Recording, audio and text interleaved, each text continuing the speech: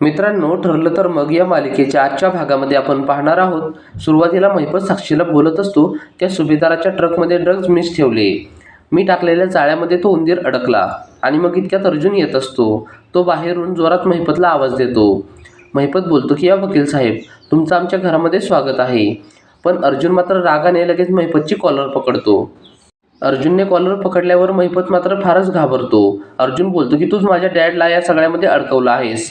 महिपत मात्र मुद्दाम खोट्या गयावया करू लागतो. पण अर्जुन काही त्याला सोडायला तयार नसतो. चैतन्य पण मध्ये येतो आणि अर्जुनला बोलतो की, अर्जुन, अरे सोड त्यांना. आपण जे काही बोलायचंय ना ते शांतपणे बोलूया. पण अर्जुन चैतन्याला पण ढकलून देतो. आता मग साक्षी बोलते की, हो अर्जुन सर, तुमचा फार मोठा गैरसमज होत आहे. तुम्ही प्लीज असं करू नका. अर्जुन बोलतो की, हे असलं मायापाशी बोलायचं नाही. तुला विलास मर्डर केसमधून सोडवता येईना म्हणून हा आता माझ्या बाबांच्या मागे लागलाय का? स्वतःच्या मुलीला याला साधं निर्दोष सिद्ध करता येत नाही. आता मग महिपत बोलतो की, मी त्यांना का फसवेन? मी तर त्यांचा पार्टनर आहे. मी तर त्यांना सोडवायचा विचार करत होतो. पण अर्जुन काहीच न ऐकता महिपतचा गळा अजूनच आवळतो. चैतन्य आणि साक्षी त्याला सोडवायचा प्रयत्न करू लागतात. अर्जुन रागाने महिपतला ढकलतो आणि बोलतो की, एक गोष्ट लक्षात ठेव, ड्रग्जचे घोटाळे करतो का? तुला बघ आता किती वर्षे जेलमध्ये पाठवतो. तुला जेलमध्ये पाठवल्याशिवाय मी शांत बसणार नाही. आणि हे माझं प्रॉमिस आहे. आता मग अर्जुन निघून गेल्यावर महिपत मुद्दाम त्याला त्रास होत आहे असं नाटक करू लागतो. चैतन्य मग महिपतला काही त्रास होत आहे का असं विचारत असतो. महिपत साक्षीला त्याच्या रेग्युलर डॉक्टरला बोलवायला सांगतो. इकडे सुभेदारांच्या घरी मात्र फारच टेन्शनचं वातावरण असतं. पूर्णाजी आणि कल्पना दोघीजणी फार रडत असतात. अस्मिता सुद्धा फारच रडत असते. सायली बोलत असते की, बाबा लवकरच सुटतील, तुम्ही अजिबात काही काळजी करू नका. अश्विन पण बोलत असतो की, आता तुम्ही कोणीसुद्धा रडू नका. दादा लवकरच डॅडला सोडून आणणार आहे. आता मग त्यांचं सर्वांचं आतमध्ये बोलणं चालू असतानाच बाहेर पत्रकार येतात आणि ते सगळे बाहेरूनच घरामध्ये कोणी आहे का असं मोठ्याने ओरडत असतात. अश्विनच्या मोबाईलला हे जे काही चाललंय ना ते लाईव्ह दिसत असतं. कल्पना पाहत असताना तो माणूस प्रतापविषयी बरंच काही वाईट साईट बोलत असतो आणि त्याच्यावर आरोप करत असतो. कल्पनाला हे सगळं सहन होत नाही आणि ती बेशुद्ध होऊन पडते. आता मग सर्वजण कल्पनाला उठवू लागतात. तिच्या तोंडावर पाणी मारून मग ते तिला वरती तिच्या खोलीमध्ये घेऊन जातात.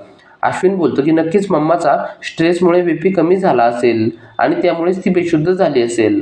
पण ह्या सगळ्या गडबडीमध्ये बाहेर हे प्रेस कॉन्फरन्सवाले जे आलेले असतात त्यांनी फारच कालवा सुरू केलेला असतो. आता मग त्यांना उत्तर देण्यासाठी सायली बाहेर जाते. सायली बाहेर गेल्यामुळे अस्मिताला आणि पूर्णाजीला फारच राग येतो आणि मग ते अश्विनला बोलतात की, तू पहिलं जाऊन त्या मुलीला आतमध्ये घेऊन ये. उगाच ती बाहेर जाऊन काहीसुद्धा बोलेल. अस्मिता पण फारच चिडते. आता मग सायली बाहेर येते आणि पत्रकार तिला बरेच प्रश्न विचारू लागतात. एका पाठोपाठ एक असा प्रश्न विचारत असतो.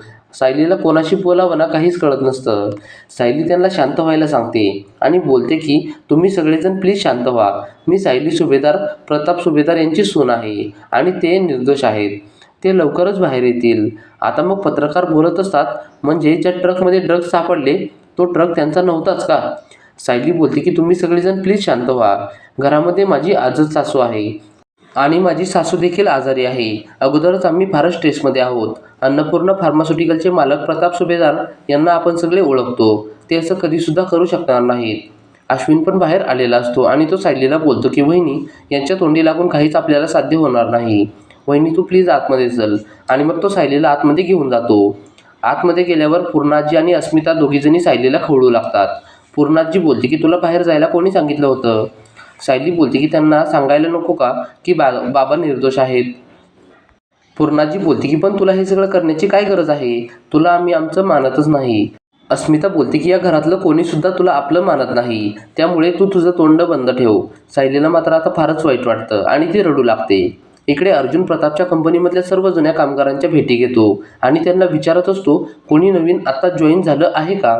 तुम्हाला कोणावर संशय वगैरे आहे का?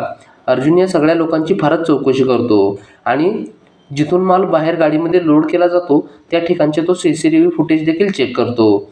पण त्याला तेथे सध्या काहीच सापडत नाही. अर्जुन त्या लोकांची फारच बारकाईने चौकशी करू लागतो. इकडे सायली घरामध्ये गेल्यावर सुद्धा पत्रकार अजून बाहेर थांबलेलेच असतात. त्या सगळ्यामधून प्रिया आतमध्ये येते आणि मग ती पत्रकारांना बोलू लागते की, प्रताप काका निर्दोष आहेत. त्यांनी कोल्हापूरमध्ये एवढे कार्यक्रम राबवले तेव्हा मात्र तुम्हाला त्यांच्यातला चांगला माणूस दिसला नाही. पण आज त्यांच्यावर एक खोटा आरोप काय लागला? तुम्ही तर त्यांना दोषी लगेच ठरवून बसलात. तुम्हाला तुमचं मत मांडायची काहीसुद्धा गरज नाही. आणि त्यांना दोषी ठरवायला तुम्ही काही पोलीस आहात का? त्यामुळे तुम्ही इथून निघा, नाहीतर मी तुम्हा सर्वांना सोशल मीडियावर एक्सपोज करेल. प्रिया आल्यावर मात्र पूर्णाजी आणि अस्मिता या दोघीजणी पण फारच आनंदी होऊन बाहेर आलेल्या असतात आणि प्रिया काय बोलत आहे हे सगळं त्या पाहत असतात. इतक्यात एपिसोड संपतो. मित्रांनो, आता पुढील भाग हा फारच मनोरंजक होणार आहे. पुढील भाग पाहण्यासाठी व्हिडिओला लाईक करा आणि चॅनलला सबस्क्राईब करायला विसरू नका. धन्यवाद.